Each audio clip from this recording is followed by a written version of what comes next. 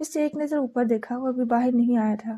جس نے تیسرا کارڈ نکال کے بغور دیکھا، وہ اسی لگژری اپارٹمنٹ بلڈنگ کا کارڈ تھا جو غالباً چابی کے طور پہ استعمال ہوتا تھا۔ اوپر نمبر بھی لکھا تھا 5C، 5ویں فلور کا تیسرا اپارٹمنٹ۔ اسے ہر ایک نے کیف کے بارے میں الگ الگ خبردار کیا تھا۔ دور اندر وہ بھی جانتی تھی کہ کچھ ہے جسے کھٹکتا ہے۔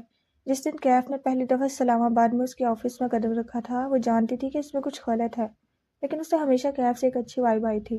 یہ وائب اور گٹ فیلنگ پہ بھروسہ ہی تھا جو وہ 1.5 ماہ سے کیف جمال پہ تباہ کیے ہوئے تھی۔ لیکن یہ نوٹ کیف کی 4-5 ماہ کی تنخواہ سے زیادہ تھے۔ وہ تنخواہ جو کشمالہ نے اس کے لیے مقرر کی تھی، اگر وہ کیف کے والیٹ میں اتنے سارے نوٹ نہ دیکھتی تو شاید کبھی وہ نہ کرتی جو اب وہ کرنے جا رہی تھی۔ جس نے بنا سوچے سمجھے اپارٹمنٹ کا کارڈ نکالا اور مٹھی میں ڈبا لیا، پھر والیٹ واپس رکھا اور کارڈ کو اپنے پرس میں ڈال کے خاموشی سے باہر دیکھنے لگی۔ دل بری طرح دھک دھک کر رہا تھا۔ وہ ایماندار لڑکی تھی، وہ نہ جھوٹ بولتی تھی نہ گیمز کھیلتی تھی۔ جو اس کے دل میں ہوتا ظاہر ہو جاتا۔ اسے معلوم تھا وہ غلط کر رہی ہے، لیکن وہ ڈری ہوئی بھی تھی۔ کوئی اس کا تعاقب کر رہا تھا اور اس کا باڈی گارڈ مشکوک لگنے لگا تھا۔ کہیں کسی نے کیف جمال کو خرید تو نہیں لیا تھا؟ ماہر فرید، اس کا تعاقب کار، ایک امیر آدمی تھا۔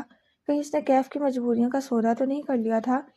چند ثانیے بعد کیف جمال باہر آتا دکھائی دیا۔ اس کے ہاتھ میں پانی کی بوتل تھی۔ اسے بوتل تھما کے وہ سیٹ بیلٹ پہننے لگا۔ مالا نے اسے نظریں نہیں ملائیں۔ وہ ہمیشہ کی طرح مسکراتا ہوا حشاش وشاش سا لگ رہا تھا۔ اس کا چہرہ دیکھتے تو غلط محسوس ہونے لگتا۔ نہیں، اسے کوئی خرید نہیں سکتا تھا۔ اسے رقم کے پیچھے کوئی اور وجہ ہوگی۔ ابھی وہ راستے میں تھی جب کشمالہ کے فون پہ غیر شناسا نمبر سے کال آنے لگی۔ اس نے موبائل کان سے لگایا۔ میں فرید ہولڈنگ سے عبد المالک بات کر رہا ہوں، ماہر فرید کا مینیجر۔ اس کا سانس رک سا گیا۔ چونکہ ڈرائیور کرتے کیف کو دیکھا، وہ اسے نہیں دیکھ سکتا تھا، نہ فون کی آواز سن سکتا تھا۔ جی بتائیں، میں آپ کے لیے کیا کر سکتی ہوں؟ کھڑکی سے باہر دیکھتے ہوئے اس نے لہجے کو سرسری سا بنایا۔ البتہ دل بری طرح دھڑک رہا تھا۔ آپ بتائیں، ہم آپ کے لیے کیا کر سکتے ہیں؟ میرے علم میں آیا ہے کہ آپ کا اسسٹنٹ کیف جمال میرے باس کے بارے میں چند لوگوں سے پوچھ گچھ کروا رہا ہے۔ میں نے سوچا کہ خود ہی آپ سے رابطہ کر لیا جائے۔ کشمالہ نے باہر دیکھتے ہوئے بہت سا تھوک نکلا۔ ایک عجیب سا خوف محسوس ہوا۔ اس کا تعاقب کار سچ بن کے سامنے آ گیا تھا۔ سمجھ نہیں آ رہی تھی کیا کہے۔ مالک نے اس کی مشکل آسان کر دی۔ کیا ہم آج مل سکتے ہیں؟ شور، آپ مجھے میسج کر دیں، میں دیکھ لیتی ہوں۔ کال بند کر کے وہ برق چہرے کے تاثرات نارمل کرتے ہوئے باہر دیکھنے لگی۔ گود میں رکھی مٹھی زور سے بھینچ رکھی تھی۔ دل ایسے دھڑک رہا تھا کہ لگتا تھا سینہ توڑ کے باہر آ جائے گا۔ کیا وہ ماہر فرید سے ملنے جا رہی تھی؟ لیکن جو انگلینڈ میں ہوتا تھا، کال بھی انگلینڈ کے نمبر سے واٹس ایپ پہ آئی تھی، شاید وہ لاہور میں تھا۔ یہاں ڈراپ کر دوں آپ کو؟ اس کی اندرونی کیفیت سے بے خبر کیف ایک بک سٹور کے سامنے پارکنگ کی جگہ تلاش کر رہا تھا۔ ہاں، اور کار مجھے دے دو، تم کیب کر لینا، مجھے کچھ گھنٹے کے لیے کار چاہیے ہوگی۔ کیف نے سنجیدگی سے پلٹ کے اسے دیکھا۔ آر یو شور؟ آپ اکیلے؟ کیف، تم میرے ملازم ہو، میں تمہاری نہیں، مجھ سے بحث مت کیا کرو۔ وہ برہمی سے کہہ کے باہر نکلی اور زور سے دروازہ بند کیا۔ وہ چونک کے اسے دیکھنے لگا۔ کچھ تھا جو کشمالہ مبین میں بدلا بدلا سا تھا۔ شور باس۔ اس نے چپ چاپ چابی اس کے حوالے کر دی، اور جب وہ بک سٹور کے اندر چلی گئی تو وہ موبائل پہ رائڈ بک کروانے لگا۔ ذہن الجھا سا گیا تھا۔ اس نے اندر جاتے ہی ماہی کو کال ملائی۔ پینٹ برش، ٹرپنٹائن، وہ کیا لینے آئی تھی سب بھول گئی۔ ماں ٹھیک ہیں؟ ماہی نے چھوٹتے ہی سوال کیا۔ اس کے ہاں رات تھی، شاید وہ سو چکی تھی۔ مالا کا نمبر دیکھتے ہی گھبرا کے پوچھا۔ ہاں ہاں ٹھیک ہے، میری بات سنو اور مجھے بتاؤ میں کیا کروں، وہ چند بک ریکس کے درمیان کھڑی دبی آواز میں کہنے لگی۔ اس نے تمہیں کہاں بلایا ہے؟ ایک 7 اسٹار ہوٹل کی لابی میں۔ لابی میں درجنوں لوگ ہوں گے۔ اگر کیف پر اعتبار نہیں ہے تو اکیلی چلی جاؤ۔ جا کے ملو اس ماہر فرید سے اور پوچھو اس سے کہ اس کا کیا مسئلہ ہے۔ ماہی مطمئن تھی۔ میں کیف کو نہیں لے کر جانا چاہتی، مجھے اس پہ اعتبار نہیں ہے۔ وہ عید کو لے کر گئی تو اس کو ساری کہانی بتانی پڑے گی۔ پہلے ہمارے کم مسئلے ہیں۔ وہ سوچتے ہوئے کہہ رہی تھی، میں اکیلے جانے سے نہیں ڈرتی، لیکن کیا اس سے ملنے کا کوئی فائدہ ہوگا؟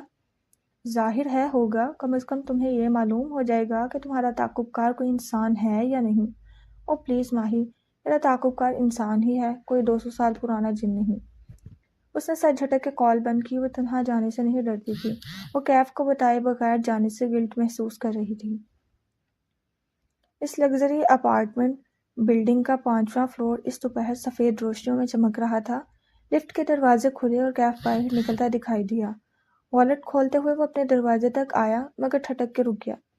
یہ کارڈ والیٹ میں نہیں تھا۔ اس نے چھمبے سے اپنی جیبوں میں ہاتھ ڈال کے دیکھا، وہ کہیں نہیں تھا۔ وہ پلٹ کے لفٹ کی طرف جانے لگا تاکہ ریسیپشن سے متبادل کارڈ لے آئے، تبھی اس کے اپارٹمنٹ کا دروازہ اندر سے کھل گیا۔ چوکھٹ میں مالک کھڑا تھا، گرے سوٹ میں ملبوس، سفید بال جلد سے جمائے، چہرے پر اسپاٹ سے سختی لیے۔ کیف نے الجھ کے اسے دیکھا اور اپنے والیٹ کو۔ تم نے میرا کارڈ؟ Never mind. سر جھٹک کے اندر داخل ہوا اور آگے چلتا گیا۔ مالک دروازہ بند کر کے اس کے پیچھے آیا۔ کیا حال کر دیا ہے تم نے میرے اپارٹمنٹ کا؟ اس نے ایک افسوس بھری نظر لیونگ روم کی گلاس وال پہ ڈالی جس کے اوپر جگہ جگہ کاغذ چپکے تھے۔ لیونگ روم میں صوفے پیچھے ہٹا کے ایک بڑی میز رکھی گئی تھی جس کے اوپر کچھ رکھا تھا۔ کیا رکھا تھا یہ واضح نہیں تھا کیونکہ اسے کپڑے سے ڈھکا گیا تھا۔ ایک طرف کمپیوٹر پرنٹرز رکھے تھے۔ چاہو تو اپنا اپارٹمنٹ واپس لے لو، میں تو کسی کال کوٹری میں بھی رہ سکتا تھا، وہ اسپاٹ انداز میں کہتا اوپن کچن تک آیا اور فریج کھولا۔ پھر تم استعفیٰ نہیں دے رہے؟ مالک گلاس وال کے ساتھ کھڑا نیچے نظر آتی سڑک دیکھ رہا تھا۔ نہیں، کیونکہ ابھی مجھے کچھ خاص نہیں ملا۔ اب دوبارہ 2 ماہ کی ڈیل کا ذکر مت کرنا، یہ میری زندگی ہے، میں نے کس کی کتنی نوکری کرنی ہے اس کا فیصلہ میں کروں گا۔ اس نے فریج سے ٹھنڈے پانی کی بوتل اور چند سبزیاں نکالیں، پھر بلینڈر کی طرف آیا اور سبزیوں کو علیحدہ کرنے لگا۔ وہ کوئی صحت افزا ڈرنک بنانے جا رہا تھا۔ تمہیں یاد ہے وہ دن جب اس ہوٹل سویٹ میں ہم چارے اکٹھے ہوئے تھے؟ دھنیا کے پتے الگ کرتے ہوئے کیف کے ہاتھ رکے، مڑ کے سنجیدگی سے مالک کو دیکھا۔ ظاہر ہے مجھے یاد ہے، تب میں نے اس ملاقات کو ویڈیو پہ ریکارڈ کر لیا تھا۔ پھر وہ واپس اپنی سبزیوں کی طرف متوجہ ہو گیا۔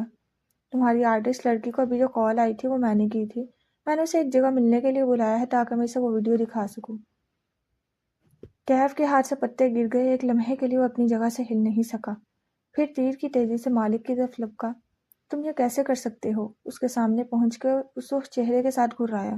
وہ مشکل مٹھیاں بھینچ کے خود کو اس پر حملہ کرنے سے روکا۔ مالک نے چہرہ گھما کے اسے دیکھا۔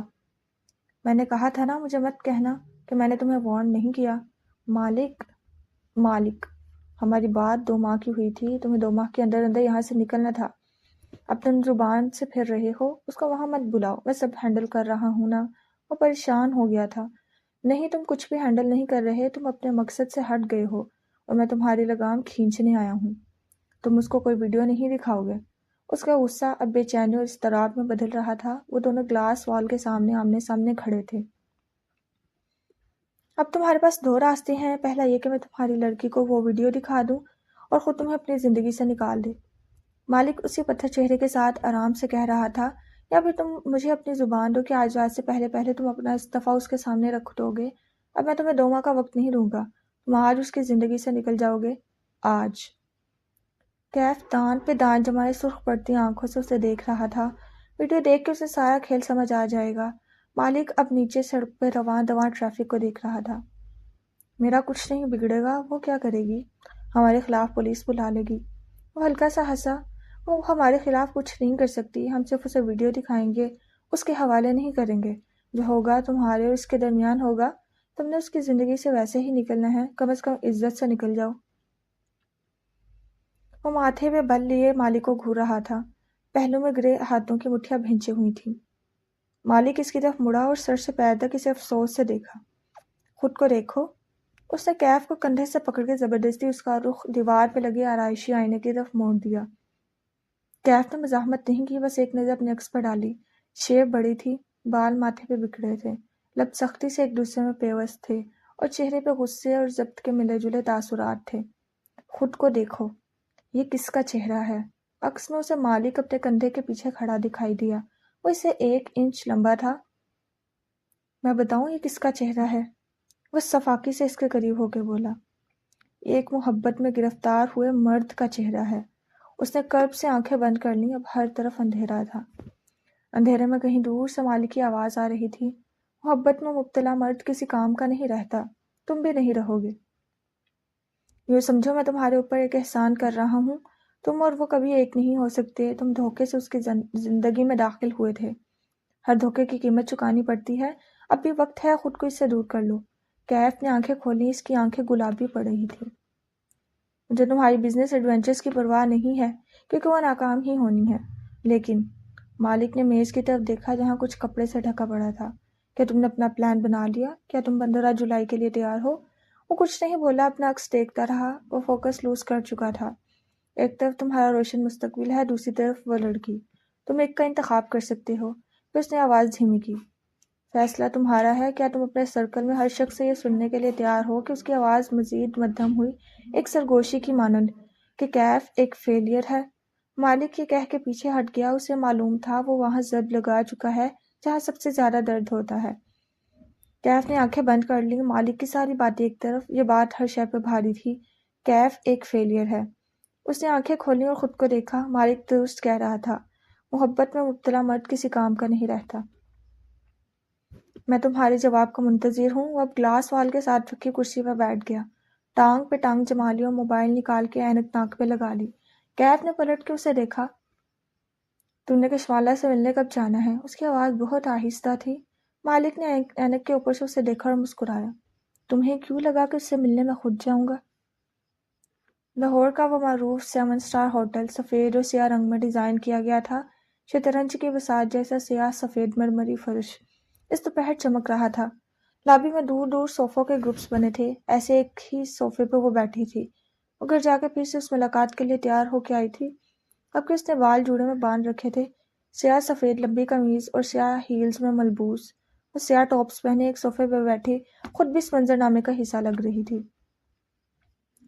لابی کے ایک کونے میں آرائشی زینے لگے تھے جن کے اوپر راہداری میں لفٹ نصب تھی۔ وہ لفٹ سے نکلا اور زینے اترنے لگا۔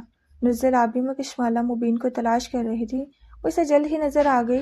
لابی کے وسط میں ایک نمایاں مقام پہ صوفے پہ بیٹھی، وہ دوسری طرف رخ کیے انگلی پہ اپنی ایک لٹ مروڑ رہی تھی۔ کانوں کے سیاہ ٹاپس دور سے چمکتے دکھائی دے رہے تھے۔ اس کی نگاہوں کا ارتکاز محسوس کر کے کشمالہ نے سر اٹھایا۔ ایک نوجوان مسکرا کے اس کو دیکھتا ہوا زینے اتر رہا تھا۔ اس کا رخ کشمالہ کی جانب تھا۔ وہ ٹی شرٹ کے اوپر کیجول کوٹ پہنے ہوئے تھا جس کے آستین کوہنیوں تک اکٹھے کر کے سلے تھے۔ پیروں میں بغیر جرابوں کے بھورے لوفرز تھے۔ کلائی پہ قیمتی رسٹ واچ، بال سیاہ اور گھنگریالے تھے۔ ماتھے پہ ایک طرف سامنے گرتے تھے اور قلموں سے اس طرح پھیر کے صاف کیے گئے تھے فٹ بالرز جیسے۔ اس کے ایک کان میں سلور بالی تھی۔ اسے نہ جانے کیوں لگا اس سے پہلے مل چکی ہے، کب، کیسے، یاد نہ تھا۔ بس ایک ہلکا سا شناسائی کا احساس تھا۔ کشمالہ مبین، وہ مسکرا کے کہتا ہوا اس کے سامنے آیا۔ مالا نے اس بات پہ سر ہلا دیا، اپنی جگہ سے اٹھی نہیں۔ میں آئے؟ نوجوان نے سامنے رکھے صوفے کی طرف اشارہ کیا۔ اس نے پھر خاموشی سے گردن ہلائی تو مسکراتے ہوئے وہاں بیٹھا اور ٹانگ پہ ٹانگ جمائی، لیکن ایسے کہ جوتے کا رخ مخالف سمت تھا۔ وہ دیکھنے میں مہذب اور خوش مزاج لگتا تھا۔ میں بیربل ہوں، فرید ہولڈنگ میں سینئر پارٹنر اور شیئر ہولڈر۔ آپ کے آنے کا شکریہ۔ میں کشمالہ مبین ہوں۔ اس نے بغور اس نوجوان کو دیکھا۔ وہ اپنی چمک دمک سے کسی رئیس خاندان کا سپوت لگتا تھا۔ ایسے لڑکے جو منہ میں سونے کا نوالا لے کر پیدا ہوتے ہوں۔ اس نے اسے پہلے کہاں دیکھا تھا؟ آپ کیا لیں گی؟ وہ 2 انگلیوں سے ویٹر کو اشارہ کرتے ہوئے اس سے پوچھنے لگا۔ تھینکس، میرا روزہ ہے۔ وہ کھچی کھچی سی تھی۔ شرمندہ کر دیا آپ نے، اگلے سال سے میں بھی رکھوں گا۔ ویٹر آ گیا تو اپنا آرڈر لکھوانے لگا۔ لیکٹوز انٹولرنٹ، ایک آئس لاتے کوکونٹ ملک کے ساتھ، کیونکہ تمہیں معلوم ہے میں ہوں۔ مسکرا کے ویٹر کو یاد کروایا۔ اس نے بھی مسکرا کے سر ہلا دیا۔ غالباً وہ یہاں کچھ دن سے مقیم تھا۔ شوگر بالکل نہ ہو، صرف ونیلا سرپ کی ٹاپنگ ہو، ایسپریسو کا ایکسٹرا شارٹ اور ریگولر سائز ہو۔ ویٹر چلا گیا تو بیربل فرصت سے اس کی طرف متوجہ ہوا۔ چہرے پہ مسکراہٹ برقرار تھی۔ مجھے عبد المالک صاحب کی کال آئی تھی، وہ خود کہاں ہیں؟ وہ مسکرا نہیں رہی تھی، اسپاٹ اور سرد رویہ اپنائے ہوئی تھی۔ مالک اسلام آباد میں ہیں۔ وہ چاہتا تھا ہم آج ہی مل لیں، اس لیے اس نے مجھے کہہ دیا۔ مسکراہٹ اس نوجوان کے چہرے سے جدا نہیں ہو رہی تھی۔ اسے بتایا تھا کہ آپ کے اسسٹنٹ، جسے نام یاد کیا، کیف سم تھنگ، وہ مالک کے کسی جاننے والے سے ماہر کے بارے میں پوچھ رہا تھا۔ غالباً آپ ماہر سے ملنا چاہتی ہیں۔ جی، اور وہ کہاں ہے؟ وہ برآمدہ محسوس کر رہی تھی۔ خوف، بے چینی سب انکا ہو گیا تھا۔ وہ لندن میں ہوتا ہے، اپریل میں وہ یہاں آیا تھا، جولائی میں دوبارہ آئے گا۔ آپ چاہے تو لندن جا کے اس سے مل لیں، یا جولائی کا انتظار کر لیں، یا ہم اس کے ساتھ ویڈیو کانفرنس کر لیتے ہیں۔ کشمالہ نے پہلو بدلا۔ وہ کسی مافیا ٹائپ کے لوگوں کی توقع کر رہی تھی۔ انٹرنیٹ پہ پڑھی باتوں سے یہی لگتا تھا، لیکن سامنے بیٹھے نوجوان کا تعلق کارپوریٹ طبقے سے معلوم ہوتا تھا۔ کچھ غلط تھا اس سب میں۔ مجھے ماہر فرید سے ملنے کی ضرورت نہیں ہے، مجھے صرف اپنا جواب چاہیے۔ اس نے پرس میں ہاتھ ڈالا اور وہ لائٹر نکال کے سامنے میز پہ رکھا۔ چند ہفتے قبل کسی نے مجھ پہ حملہ کیا تھا اور میرے پرس میں یہ ڈالا تھا، اس میں ماہر فرید لکھا ہے۔ کیا یہ آپ کے باس کا ہے؟ باس؟ بیربل کے ابرو چھمبے میں کٹتے ہوئے کچھ جیسے یاد آیا۔ اوہ، یعنی ماہر۔ اس نے جھک کے لائٹر اٹھایا اور اسے الٹ پلٹ کے دیکھا۔ یہ ماہر کا نہیں ہو سکتا کیونکہ وہ سگریٹ نہیں پیتا۔ اس نے لائٹر واپس رکھ دیا۔ ویسے بھی دنیا میں صرف ایک ماہر فرید نہیں ہے۔ اس نے غیر آرامدہ انداز میں پہلو بدلا۔ کیا آپ کو ماہر فرید وہی ہے جو UK کے ایک ریئل اسٹیٹ ڈیولپر کے بیٹے ہیں اور ان کے والد کا چند برس قبل کار کریش میں انتقال ہوا تھا؟ جی۔ بیربل ساتھ ہی کچھ کہنے لگا لیکن رک گیا۔ بیٹا کافی لے آیا تھا، اس کے جاتے ہی وہ اپنی بات جاری رکھتے ہوئے بولی۔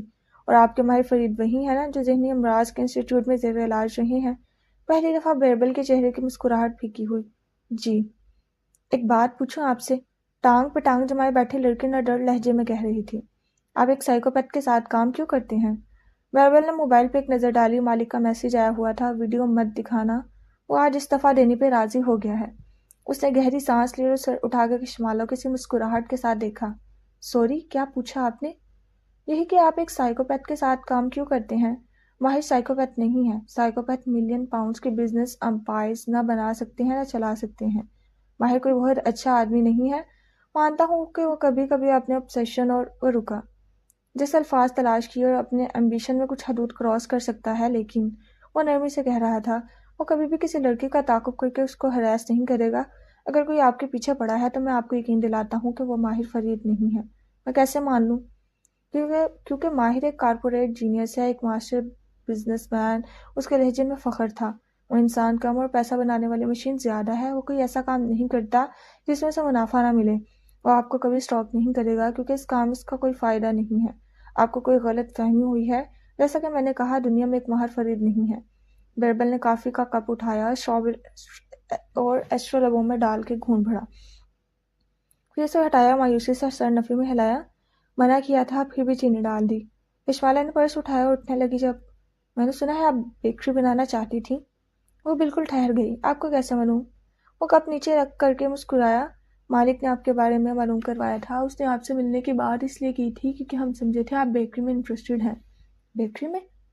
میں بتانا بھول گیا۔ وہ پورے دل سے مسکرایا۔ اس کی یہ مسکراہٹ جانے کی شناسا تھی۔ میں ایک پیسٹری شیف ہوں اور میری ایک بوتیک بیکری ہے۔ میں سمجھا تھا آپ میرے ساتھ کام کرنا چاہتی ہیں۔ خیر، اگر آپ کبھی ساتھ کام کرنا چاہیں تو مجھے خوشی ہوگی۔ اس نے ایک کارڈ نکال کے کشمالا کی طرف بڑھایا، جسے اس سے تھام کے چہرے کے قریب کیا۔ بیربل فرید، ساتھ محض ایک فون نمبر لکھا تھا۔ فرید۔ وہ چونکی۔ میں ماہر فرید کا چھوٹا بھائی ہوں۔ وہ مسکرایا۔ اوہ۔ ایک لمحے کے لیے وہاں سناٹا چھا گیا، پھر وہ بیگ اٹھائے کھڑی ہو گئی۔ یوں ہی پوچھ لیا، خوشی ہوئی آپ سے مل کے بیربل فرید۔ شاید مجھے کوئی غلط فہمی ہوئی ہو۔ ایسے کہاں ہے آپ کی بیکری؟ اس شہر میں جس کے بارے میں نپولین نے کہا تھا کہ اگر دنیا ایک ریاست ہوتی، وہ اس شہر اس کا دارالحکومت ہوتا۔ کون سا شہر؟ استنبول۔ بیربل فرید مسکرا کے بولا، میری بیکری استنبول میں ہے۔ To for. اس نے بیگ کہنی پہ ڈالا اور رسمی انداز میں اس کو شکریہ ادا کر کے آگے بڑھ گئی۔ کارڈ اس کی مٹھی میں دبا تھا۔ اسے یقین تھا اسے اس کارڈ پر لکھے نمبر کو کبھی ڈائل نہیں کرنا پڑے گا۔ وہ مزید ان لوگوں سے کوئی تعلق نہیں رکھنا چاہتی تھی۔ ایک لمحے کے لیے 5 اپریل کی صبح میں واپس چلتے ہیں۔ ہوٹل سویٹ میں ماہر فرید اور کیف جمال آمنے سامنے کھڑے تھے۔ بیربل اسٹرا سے کافی کے گھونٹ بھرتے ہوئے دلچسپی سے ان کو گفتگو کرتے ہوئے دیکھ رہا تھا۔ جب تم اس جاب سے انکار کر رہے تھے تو میں نے تمہیں 2 باتیں کہی تھی، کیا وہ تمہیں یاد ہے؟ ماہر اسپاٹ لہجے میں کیف سے پوچھ رہا تھا۔ مجھے یاد ہے۔ یاد ہے تو میرے وہ فکرے دہراؤ۔ آپ نے کہا تھا۔ وہ ماہر فرید کیا لفظ دہرانے لگا کہ میں اس لڑکی کی حفاظت کرنا چاہتا ہوں تاکہ اس کے ساتھ وہ نہ ہو جو البم میں موجود دوسری لڑکیوں کے ساتھ ہوا ہے۔ کنکھیوں سے ایک نظر میز پر رکھے البم پہ ڈالی۔ اور دوسری بات، اور یہ کہ اس لڑکی سے آپ کو صرف ایک انفارمیشن چاہیے۔ توقف کے بعد کیف نے اپنا سوال دہرایا۔ اب میرے سوال کا جواب دیں، کیا میں 2 ماہ مکمل ہونے کے بعد بھی اس کی جاب جاری رکھ سکتا ہوں؟ اب میں تمہیں ایک تیسری بات بتاتا ہوں کیف جمال۔ ماہر فرید کی آواز میں سختی ڈر آئی۔ میرا اس لڑکی سے کوئی لینا دینا نہیں ہے، نہ میں اس کا تعاقب کر رہا ہوں، نہ مجھے اس کی ضرورت ہے۔ اس کا دشمن کوئی اور ہے، وہی جو میرا بھی دشمن ہے۔ یہ معاملہ میرے لیے بہت پرسنل ہے۔ تمہارے خیال میں اتنے پرسنل اہم معاملے کے لیے میں تم جیسے لوزر کو کیوں ہائر کروں گا؟ اس طرز تخاطب پہ کیف جمال کے کانوں کے لوئیں سرخ ہوئیں۔ شاید اس لیے کہ میرے پاس کچھ ایسا ہے جو آپ کو چاہیے۔ درست۔ ماہر فرید نے اس بات میں سر ہلایا۔ جانتے ہو وہ کیا ہے؟ کیف نے سوچنے کی کوشش کی۔ وہ ایک ناکام اور مقروض انٹرپرینیور تھا، ایک عام سا فوٹوگرافر جسے ہرگز کے پاس ایسا کیا تھا جو ماہر کے فریٹ کو چاہیے تھا۔ اللہ حافظ۔